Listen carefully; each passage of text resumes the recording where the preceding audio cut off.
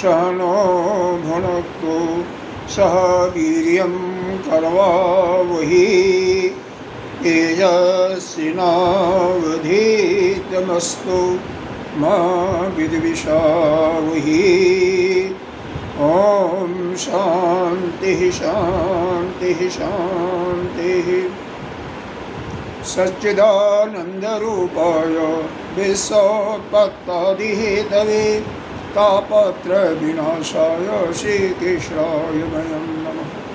नारायणं नमस्कृत्य नरं चैव नरोत्तमं देवीं सरस्वती व्यासं ततो जयमुदीरये। अखण्डमण्डलाकारं व्याप्तं येन चराचरं तत्पदं दर्शितं येन तस्मै श्रीगुरुवे नमः। अज्ञानतिमिरान्धस्य ज्ञानाञ्जनशलाकया चक्षुरुन्मीलितं येन तस्मै श्रीगुरुवे नमः। गुरुर्ब्रह्मा गुरुर्विष्णु गुरुर्देवो महेश्वरः गुरुः साक्षात् परं ब्रह्म तस्मै श्रीगुरुवे नमः। त्वमेव माता च पिता त्वमेव बन्धुश्च सखा त्वमेव विद्या द्रविणं त्वमेव सर्वं मम देव। गजाननं भूतगणादिसेवितं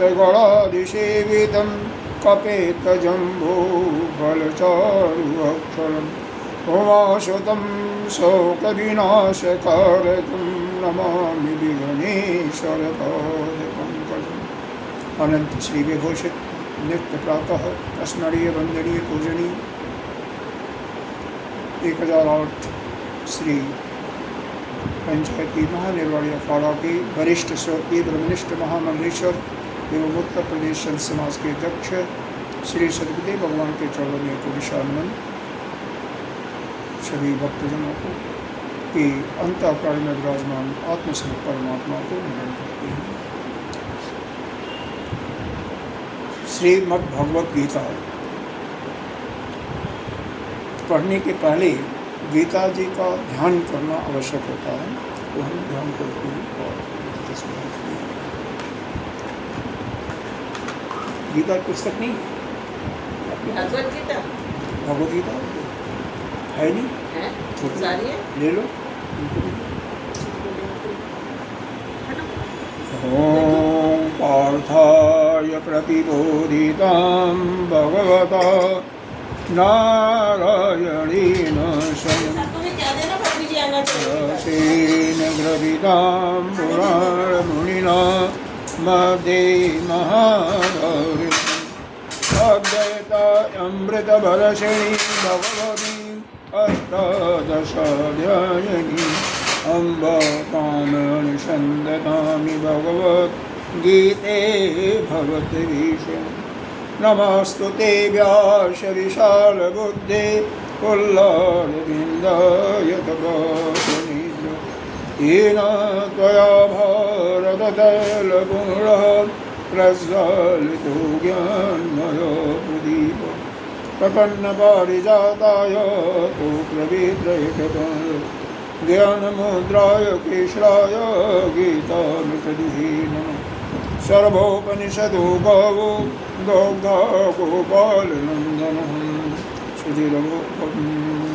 पार्थो वत्स सुदीर्घकादुगं गीतामृतं वसुदेवसुतं देवं कंसचारूढमर्दनं देवकी परमानन्दं कृष्णं वन्दे जगद्गुरुम्। भीष्मदोरतटा जयद्रथजला गान्धारनीलोत्पला शैलग्राहवती कृपेण वहनी करणेन वीराकुला अस्वस्थामविकर्णघोरमकरा दुर्योधनवर्धिनी सोतीराकलकाण्डैरनदीकवर्षकः भीषण पाराशार्यवचा सरोजममलं वेदार्थगन्धोद्गतम् नानाख्यानककीशरं हरिकथा सम्बोधनामूरि लोके सज्जनषट्पदैरहरः पेपीयमानं मुदा भूयः भारत पंकजं कलिमलहंसिना श्रेयस मोकं करोति वाचालं पंगुलंघयते गिरिं जगत्पादमहं वन्दे परमानन्दमाधवम् यं ब्रह्मा वरुणेन्द्ररुद्रमरुतः कस्तुवन्ति दिव्यैस्तै वेदैः साङ्गपदगणोपनिषदैः कार्यन्ति यं ज्ञानावस्थिततद्गतेन मनसा पश्यन्ति यमयोगिनो यासां तमन्नो विदुषुरसुरगुणादेवाय तस्मै नमः। भगवान के 24 अवतार हैं, शायद आप लोगों ने सुना हो। 24 अवतार, आवाज़ नहीं सुना दे रही, यहाँ बैठो। भगवान के कुल 24 अवतार हैं, इसके बारे में सुना तो वही है, भागवत में सुना होगा। उसी में से एक कृष्ण द्वैपायन है जिनको हम व्यास के नाम से कहते हैं। यह वशिष्ठ जी के पौत्र के भी पौत्र, क्योंकि वशिष्ठ जी के पौत्र तो पराशर ऋषि जी हैं और उनके पुत्र थे व्यास। यह भगवान के 24 अवतारों में से एक अवतार है। सुनाई दे रहा? इन्होंने चारों वेदों का संकलन किया। वेद को जानते हैं, ऋग्वेद, यजुर्वेद, सामवेद, कई जगह 3 वेद ही कहते हैं। बाद में अथर्ववेद बाद में लाया गया, तो चौथा अथर्ववेद। 18 पुराणों का खुद रचा। महाभारत का इन्हीं का गणेश जी ने लिखा। इन्होंने बोला 1 लाख श्लोक, इतना महान ग्रंथ की रचना हम आदमी कोई कर सकता है? महाभारत में 1 लाख, चारों वेदों में 1 लाख, 18 पुराण में कई लाख होंगे। इतनी रचना उन्होंने किया। पुराण तो इन्होंने स्वयं बनाने वाले, लिखने वाले हैं। वेद ब्रह्मा जी ने कहा था तो नारद जी से सुन करके केवल उन्होंने लिखा, वो तो संकलन किया। और लेकिन ये आपके वेद हो गए, पुराण। महाभारत जब युद्ध हो रहा था, भगवान वेदव्यास चूँकि भगवान थे, वैसे भी बड़े संत थे, इन्होंने दिव्य दृष्टि संजय को दिया था। भगवान ने भी दिव्य दृष्टि बाद में अर्जुन को भी दिया। तो जो भगवान कृष्ण और अर्जुन में यह गीता जी के बारे में चर्चा हो रही थी, अर्जुन प्रश्न पूछ रहा था, भगवान उसका उत्तर दे रहे थे। दोनों तरफ सेनाएं खड़ी हैं कि 11 अक्षौणी सेना कौरवों के तरफ से और 7 अक्षौणी सेना इधर से। अब एक सेना में कितने लोग होते हैं उसके बारे में थोड़ा सा सुन लीजिए। 31,600 तो रथ होते हैं, जिसमें 600, जिसमें सारथी भी होता है, रथी भी होता है। इसका दूना हाथियाँ होती हैं, उस पर भी महावत भी होगा, वो भी। उसका तिगुना घुड़सवार होते हैं, वो तो अकेले ही होता है। उसका चौगुना पैदल। तो इस प्रकार से कम 50 लाख एक अक्षौणी में होता है, क्योंकि रथ में भी 2 होते हैं और हाथी पर भी 2 होते हैं। और फिर इनके बनाने वाले, भोजन बनाने वाले, इनकी बीमार जो पड़ गया, घायल हो गया, उसकी सेवा करने वाले, जो मर गया उसके लाश को ले जाने वाले, तो बहुत ज़्यादा होते हैं। और ऐसे कुल टोटल 18 अक्षौणी सेना थी, 11 उधर से 7, तो 18 अक्षौणी सेना जहाँ पर दोनों बिल्कुल शंख बज गया है दोनों तरफ से, युद्ध शुरू होने वाला है। उस समय अर्जुन भगवान से यही कहता है कि हे भगवान, मैं युद्ध नहीं करूँगा। क्यों नहीं करूँगा? क्योंकि उधर से जो भी मारे जाएंगे हमारे ही भाई हैं। धृतराष्ट्र के पुत्र तो हमारे सौतेले भाई हैं, और हमारे जो उधर द्रोणाचार्य हैं हमारे गुरु हैं। उन्होंने हमें पढ़ाया लिखाया, शस्त्र विद्या तो उन्होंने सिखाया, तो उन पर हम बाढ़ कैसे चलाएं? भीष्म पितामह हमारे दादाजी हैं, उन्होंने गोद में खिलाया, तो उन पर हम बाढ़ कैसे चलाएंगे? कृपाचार्य कुलगुरु हैं, तो उनके रक्त से चाहे स्वर्ग का भी राज दे दिया जाए, पृथ्वी का पूरा राज दे दिया जाए, निष्कंटक, जिसमें कोई बाधा ना हो, उसको भी मैं नहीं स्वीकार करूँगा। नित्य प्रति जब भी हम उस रक्त से मंजित जब भोजन को ग्रहण करेंगे तो उनकी याद आएगी तो हम युद्ध नहीं करेंगे। उससे अच्छा क्या है? भिक्षा मांगना। यही वो कुछ नहीं दे रहा था दुर्योधन, यही तो बात थी, तो ठीक है भिक्षा मांग लेंगे। भगवान इसी अर्जुन का, क्योंकि अर्जुन किसी को भी मोह हो जाता है तो मोह से शोक होता है और शोक से ही फिर दुख होता है, चिंता होती है।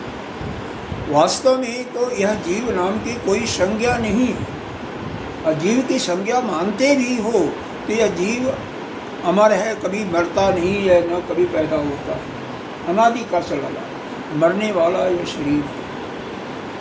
शरीर जो है यही मरता है, चाहे वह कीटी का शरीर हो, चाहे ब्रह्मा जी का शरीर हो, मनुष्य का शरीर। तो इसी को भगवान ने 700 श्लोक में मध्य यह वेद व्यास भगवान ने महाभारत के मध्य में भीष्म पर्व एक आता है, 18 पर्व हैं महाभारत के अंदर, उसमें इसको लिखा। जो भगवान और अर्जुन का संवाद हुआ था, जो अर्जुन ने बोला था, भगवान ने जो उत्तर दिया था, संजय के भी अपने कुछ वाक्य हैं, धृतराष्ट्र का केवल एक ही श्लोक, तो सब मिलाकर के 700 श्लोक हैं। 575 श्लोक इसमें भगवान ने बोला। हाँ, इसमें से सारे 18 अध्याय किया। हर एक अध्याय में यह लिखा कि यह ब्रह्म विद्या की ही के लिए ही है, क्योंकि इस 18 अध्याय में भगवान ने कर्म योग का वर्णन किया, भक्ति योग का वर्णन किया, ज्ञान योग का भी वर्णन किया। कर्म योग के अंदर ध्यान योग भी आता है। कर्म का मतलब जो आप करते हो अपनी जीविका के लिए, वह कर्म नहीं है। कर्म योग का मतलब जो हम अंतःकरण के शुद्ध के लिए या अपनी मनोकामनाओं की पूर्ति के लिए देवताओं के लिए यज्ञ करते हैं, उनको खुश करने के लिए, या दान देते हैं, तपस्या करते हैं, तपस्या बहुत लोग करते हैं, उपवास एकादशी वगैरह का जाप करते हैं, व्रत रहती है नहीं रहती, नहीं रहती, कोई व्रत रहती है नहीं, हाँ रहती है, वो तपस्या ही है। ठीक है, अगर कुछ नहीं खाती पीती तो भी तपस्या है, तपस्या तो करेंगे, तो तपस्या। तो यह तपस्या से क्या होता है? पापों का क्षय होता है। जाने अनजाने बहुत पाप होते हैं, तो यह जान लो जब तक भी पाप रहेगा या पुण्य रहेगा तब तक आपको इस संसार में आना जाना बना रहेगा। तो वहाँ पर यह 700 श्लोकों में भगवान ने जो संग्रहित किया, यह व्यास मुनि, व्यास जी ही पूरे महाभारत को लिखाने वाले हैं, और उसी में 700 श्लोक जो विशेष था उसको गीता जी के नाम से अलग होगा, श्रीमद् भगवत गीता। इसमें कुल 18 अध्याय हैं, 700 श्लोक हैं, 575 श्लोक इनके हैं, भगवान कृष्ण जी के, कृष्ण नहीं भगवान के हैं, क्योंकि वहाँ पर लिखा हुआ श्री भगवान होगा, सब गीता जी में देख लीजिए, कृष्णवास नहीं लिखा हुआ, श्री भगवान होगा। कृष्ण ही परम भगवान हैं, उनको अवतार नहीं माना जाता बल्कि ब्रह्म ही माना जाता है। 84 श्लोक अर्जुन के हैं, 1 श्लोक धृतराष्ट्र के हैं, और बाकी 40-45 श्लोक शायद संजय के। इस प्रकार से 40 श्लोक।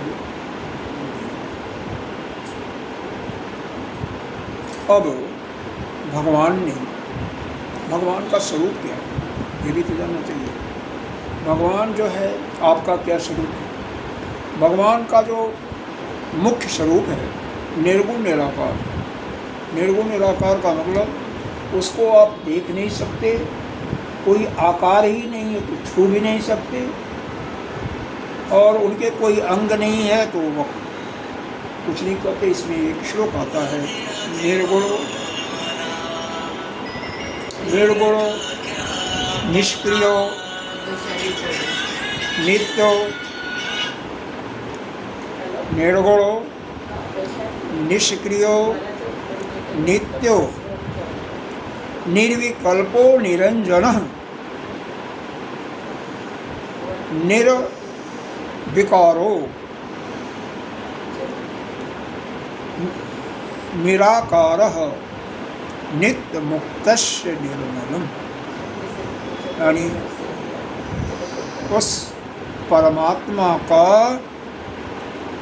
कोई गुण नहीं है। इसका मतलब बुद्धि नहीं। गुण जो होता बुद्धि से ही प्रदर्शित होता है, तो गुण नहीं है तो बुद्धि भी नहीं है। निर्गुणो निष्क्रियो, कोई काम नहीं करता, इसका मतलब हाथ का भी नहीं है। नित्य है मतलब अजन्मा है, न पैदा होते हैं और न मरते। जो पैदा होता वही मरता है, तो अजन्मा है। निर्विकल्पो, मन नहीं है इसलिए संकल्प विकल्प नहीं कि मन में चिंतन आता रहता है, कोई को विचार आता रहता है। मन जिसको होगा उसी को विचार आएगा। और क्या? निरंजन, निरंजन का कहते हैं अंजन जिसका नहीं हो। अंजन माने मिलाया हुआ। जैसे आप काजल बनाते हैं, मिला करके बनाते हैं और उसको आँखों में लगाते हैं बच्चों को, तो अंजन मतलब मिला हुआ। नहीं माने जिसमें नहीं है, जिसमें मिलावट नहीं है, तो वह परमात्मा में कोई मिलावट नहीं है। ठीक। और क्या है? निष्क्रियो, निष्क्रिय है। अरे निर्विकारो, कोई विकार कोई रोग नहीं होता, क्योंकि कोई अंग ही नहीं तो वो कैसे? निराकारः, कोई आकार भी नहीं है, इसीलिए वो चींटी में भी रहते हैं और हाथी में वही रहते हैं। वही आत्मा कड़कड़ में विराजमान है, ऐसा सुना हो। वो परमात्मा ही सब जगह है, सभी जगह में बना के अंदर बैठा हुआ है, उसी की शक्ति से आप चलते फिरते हैं। नित्य मुक्त है, यह उसका लक्षण है। तो यह निर्गुण निराकार परमात्मा है। लेकिन जब उसके अंदर यह इच्छा भाव प्रकट होता है कि मैं एक से कहूँ बहुत हो जाऊँ, एक बहुत श्यामा भवती, बहुत हो जाऊँ, तो वह माया का उपाधि लेकर के, माया को अपने वश में करके वह ईश्वर बन जाता है, जिसको भगवान कहता है। कोई भगवान कहता है, कोई परमात्मा कहता है, कोई ईश्वर कहता है। वही ईश्वर जो है ब्रह्मा विष्णु महेश, तीन रूपों में भी आप उनको कहते हैं, लेकिन ज्ञान के दृष्टि से पता का एक ही है। सोपाधिक ब्रह्म उसका नाम दिया, या ईश्वर या परमात्मा। वह तीन रूपों में आपको दिखाई देता है, लेकिन है क्या? एक ही। निर्गुण निराकार को हम कहते हैं निरुपाधिक। तो वह जो भगवान है वह 6 लक्षणों से युक्त होता है। भगवान का मतलब भग माने जो ऐश्वर्य हैं 6 प्रकार के। कौन कौन है? भगवान माने प्रचुर मात्रा में, बहुत असीमित रूप में। क्या होता है भगवान को 6? एक तो भगवान के पास होता है पहला धर्म। जब आप सुने होंगे, जब जब कोई धर्म का हानि, जब जब धन की हानि होती है, भगवान रूप धारण करते हैं। ज्ञान भी असीमित है, वैराग्य भी असीमित है। धर्म, ज्ञान, वैराग्य। चौथा ऐश्वर्य, 5वां यश, 6ठा लक्ष्मी, श्री, धन।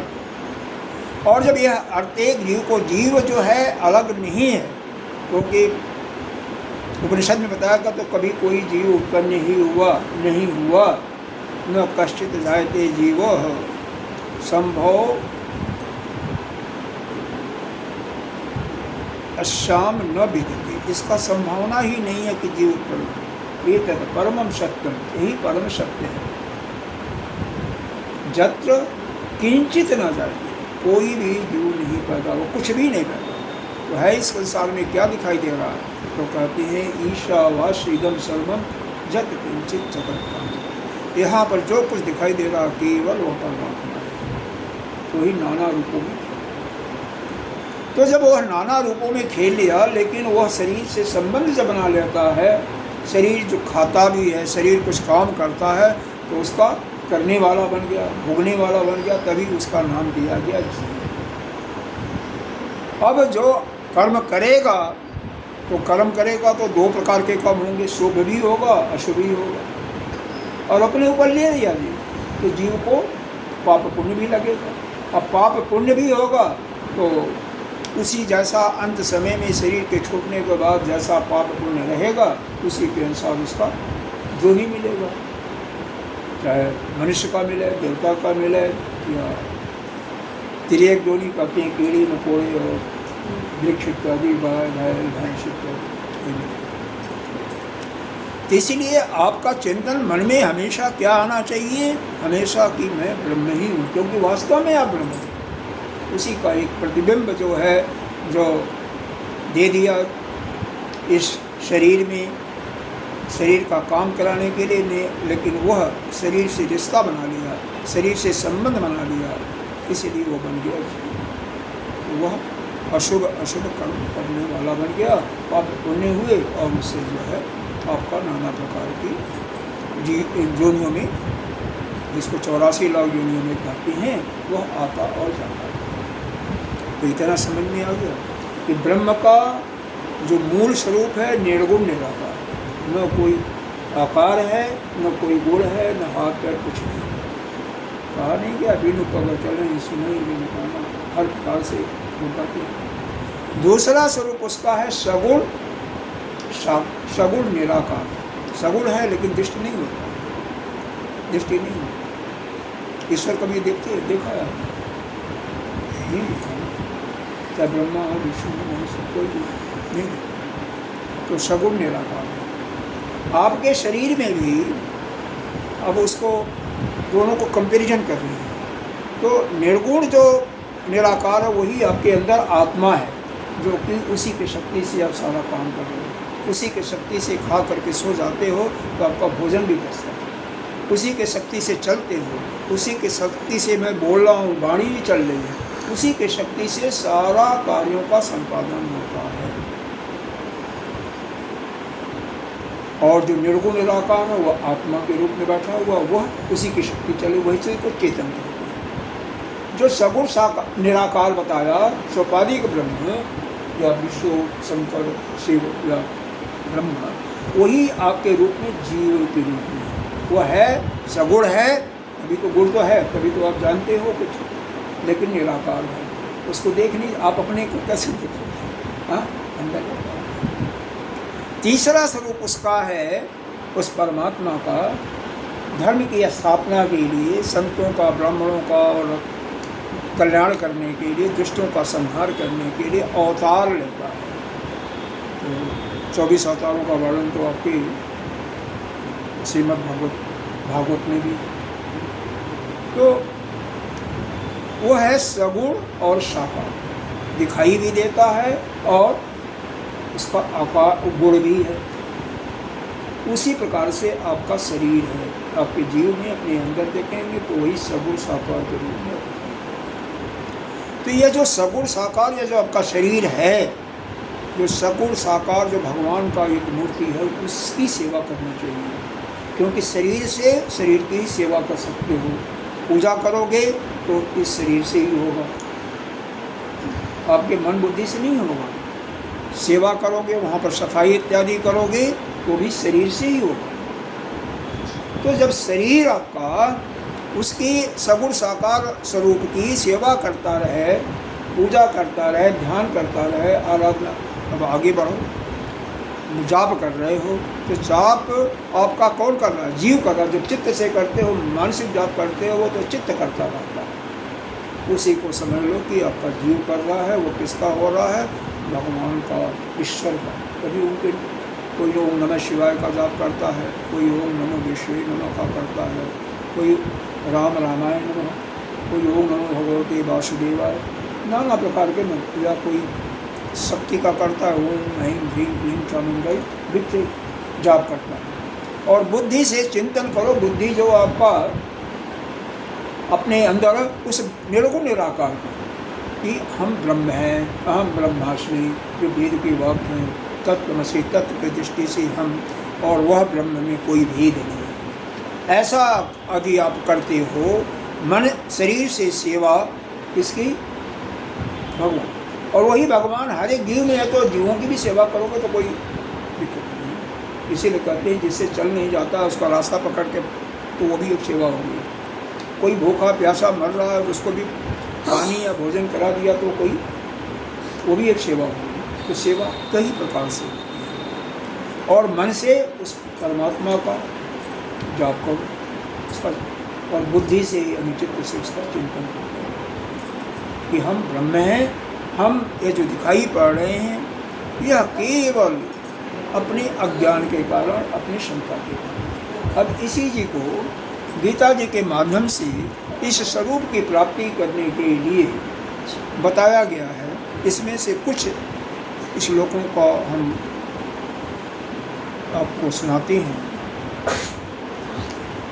देखो, इसमें पहले कौन सा अनाधिकारी है जिसको गीता जी नहीं सुनाना चाहिए?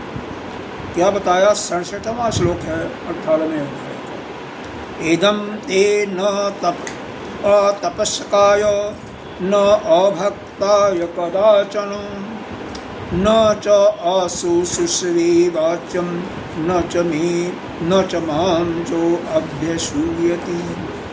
इदम च, यह भगवान और कृष्ण अर्जुन का जो संवाद है, यह किसको नहीं सुनाना चाहिए? जो तपस्वी नहीं है, जो दुष्ट है, उसको नहीं सुनाना चाहिए। अतपस्काय, और जो भगवान का भक्त नहीं है, भगवान में प्रेम नहीं करता, कदाचित कभी भी भगवान में जिसने प्रेम नहीं किया, भगवान की भक्ति नहीं है जिसके अंदर, उसको नहीं सुनाना चाहिए। तो भगवान का जो भक्त नहीं है और जो इस शरीर से तपस्या भी नहीं कभी किया, उसको नहीं सुनाना चाहिए।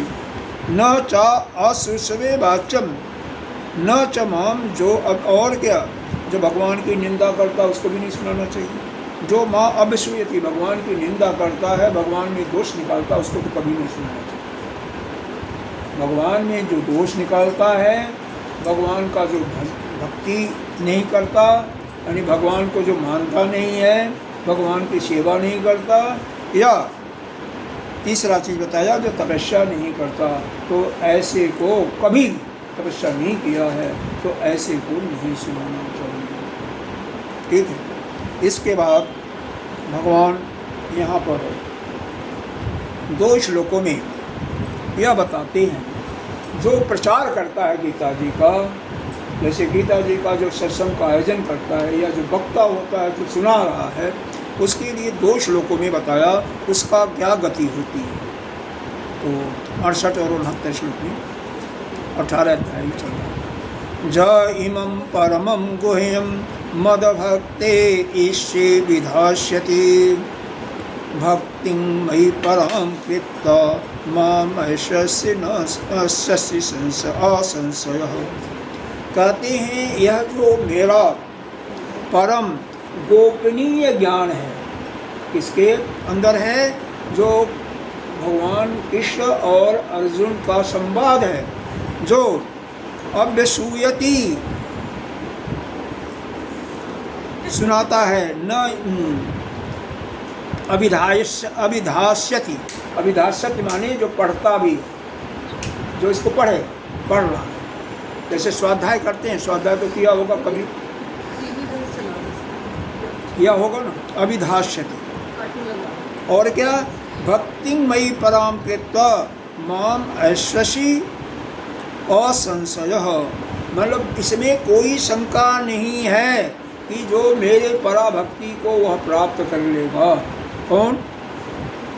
जो इस जो परम मतलब श्रेष्ठ गुह्यम मतलब गोपनीय जो ज्ञान है गीता जी के अंदर, जो भगवान कृष्ण और अर्जुन का जो संवाद है, जो अभिधास्यति, जो पढ़ता है, इस ज्ञान को जो पढ़ता है, भक्ति मयि परां कृत्वा माम ऐश्वसि असंशय, तो बिना शंका के, बिना कोई इसमें शंका करने की आवश्यकता नहीं है, वह मेरी पराभक्ति को प्राप्त करता है।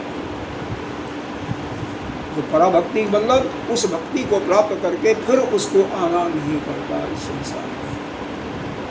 आगे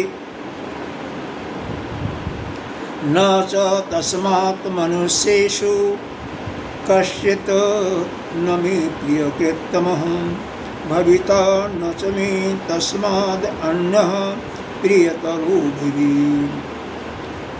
कहते हैं न च तस्मात् मनुष्येषु, उन मनुष्यों में, ऐसे मनुष्य जो गीता का दूसरों को प्रचार या तो प्रचार करते हैं या खुद उनको समझाते हैं। प्रचार का मतलब होता है गीता जी का आयोजन किया, कहीं गीता जी का प्रवचन हो रहा है तो लोगों को बता रहे हैं, तो वह क्या हुआ, आप प्रसार कर रहे हो। जैसे नारद जी को कहते हैं, नारद जी का ही काम है, कोई भी काम है उसका प्रचार प्रसार करते हैं ना। उनको सूचना प्रसारण मंत्री भी कहते हैं कई लोग। तो यह अपनी अपनी बात है, ऐसा नहीं है। नारद जी तो ऐसे हैं कि भगवान इस भक्त के बातों को भगवान को पहुंचाते हैं, भगवान के बातों को भक्त लगाने का मतलब कुल कहते हैं कि लगाते हैं, तो लगाते नहीं हैं। किस प्रकार से जीव का कल्याण हो, किस प्रकार से इस जगत का कल्याण हो, उसके लिए जो उचित होता है वो यह। तो न च तस्मान मनुष्येषु कश्चिन न मित्रे कृत्मा, मतलब कोई ऐसा मनुष्य नहीं होगा, वही मेरा प्रिय भक्त है। कोई मनुष्य, ऐसे मनुष्य में से कोई ऐसा नहीं जो मेरा प्रिय भक्त नहीं है। कौन? जो गीता का प्रसार करता है या गीता का प्रवचन। न तस्मात् अन्य प्रियतर हो, उससे अतिरिक्त और कोई मेरा प्रिय संसार में होगा भी नहीं। भविता भविष्यलिंग में है, तो उससे प्रिय इस संसार में अन्य कोई भी पृथ्वी पर नहीं होगा। इससे जो इस गीता का प्रसार करता है या गीता का स्वाध्याय करता है, उसके लिए या दूसरों को इसका ज्ञान देता है। इसके बाद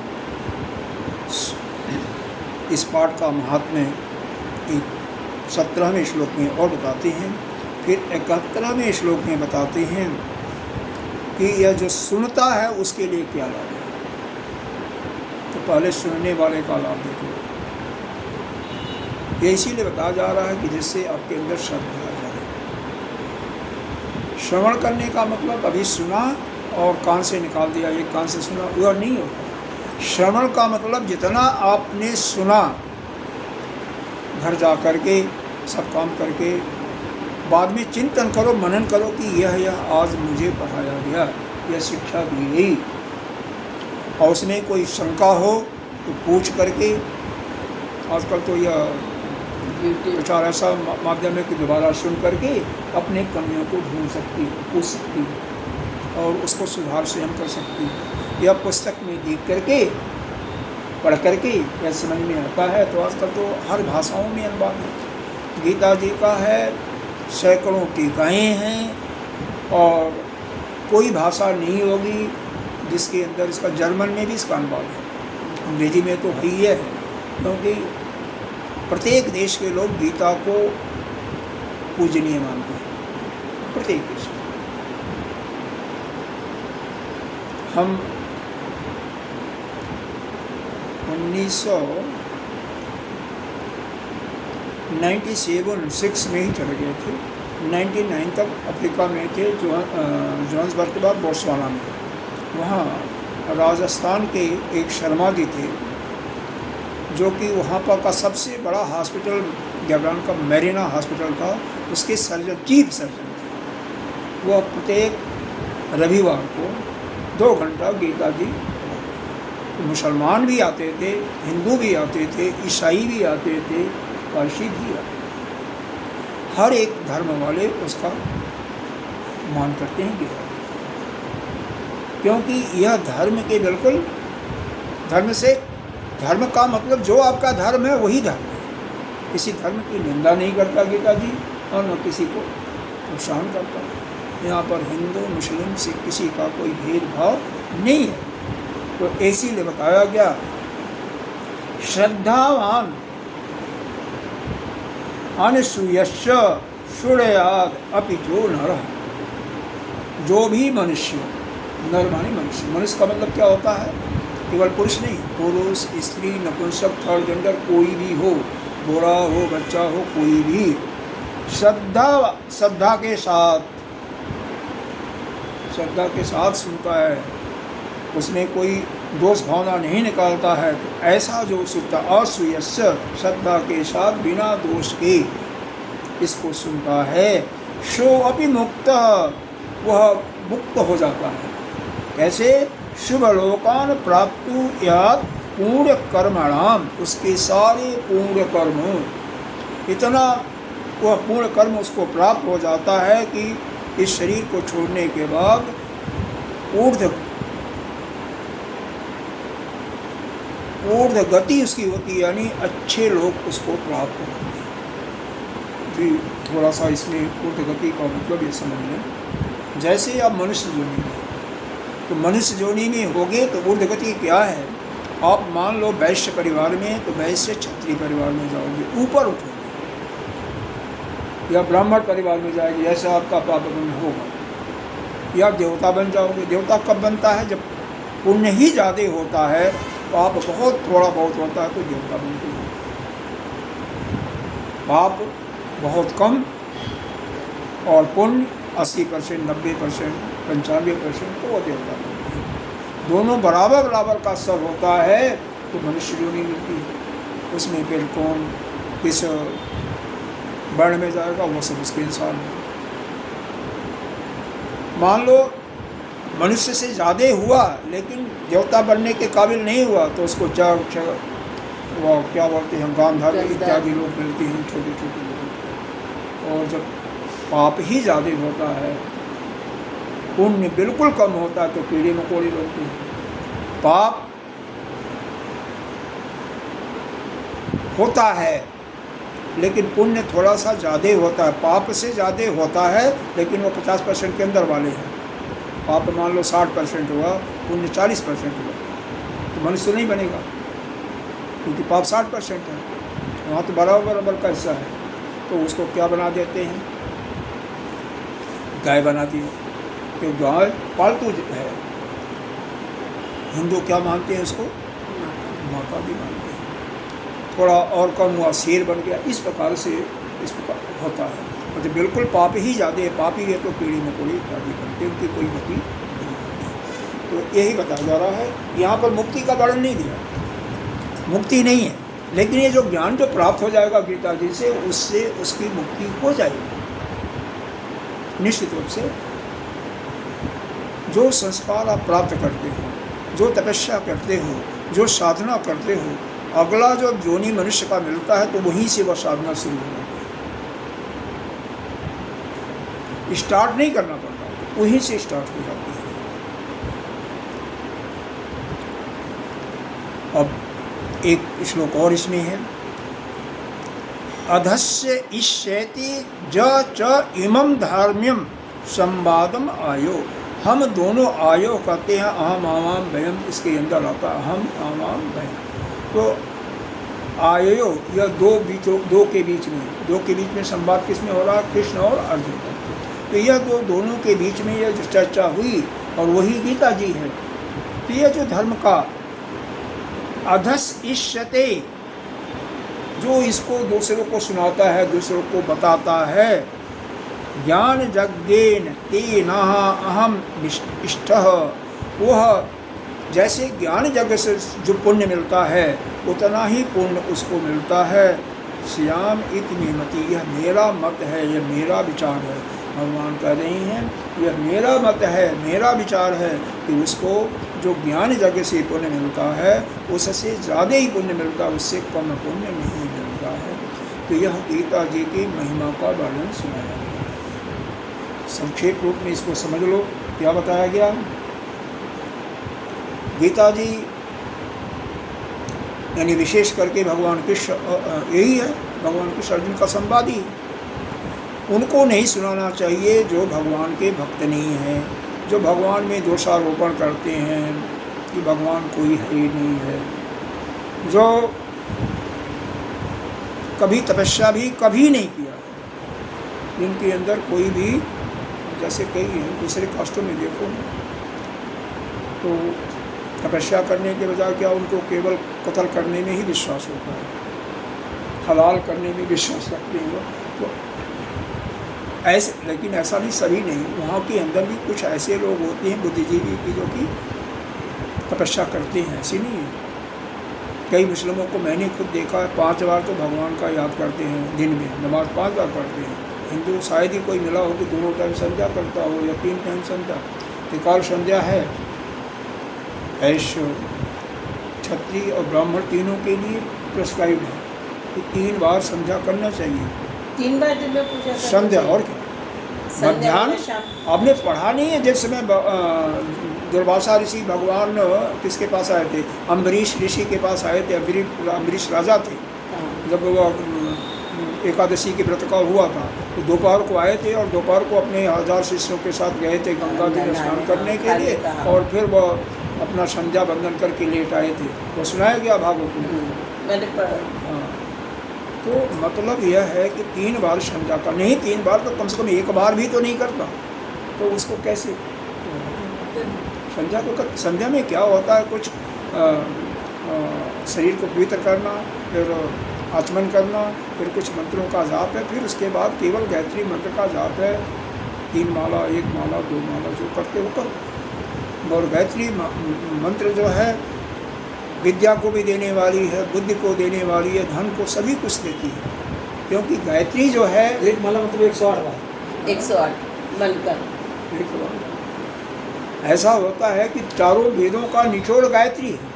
1 माला, 2 माला, 3 माला करना कितना 10 मिनट ज़्यादा टाइम नहीं लगेगा, 1 माला में 3 मिनट लगती है। अरे 3 मिनट बहुत नहीं, मैं तो ओम नमः शिवाय 3 मिनट लगती है। कम से कम 10 मिनट लंबा है। देखो 7-8 मिनट कम से कम लगेगा, लेकिन बहुत फास्ट नहीं करना चाहिए। मंत्र का विधि यह है कि जाप कर रहे हो उसका स्वरूप जो है आना चाहिए। अब गायत्री मंत्र चारों वेदों का सार है, और गायत्री मंत्र का सार है 3 व्याहृतियाँ, भू भुव स्व, और उसका सार ओम है। इसलिए गायत्री मंत्र का प्राप्त करना ही चाहिए, क्योंकि ओम शब्द केवल सन्यासियों के लिए प्रिस्क्राइब्ड है। अच्छा, तो हमें गायत्री मंत्र करना चाहिए? करना चाहिए, सुबह शाम तो करो 1-1 माला कम से कम, सुबह ही करो कम से कम। और बाकी जो तो ओम नमः शिवाय की फटफट हो जाती है। कोई बात नहीं, कुछ तो कर रही हो ना, भगवान के भक्त को। अच्छा, फिर यह सुनाया कि यह जो गीता जी का प्रचार करता है, स्वाध्याय करता है, उसका क्या गति होती है? तो उसको भी भगवान की परम गति प्राप्त होती है, जो कि प्राप्त करके वह पुनः इस संसार में उसको आना जाना नहीं पड़ता है।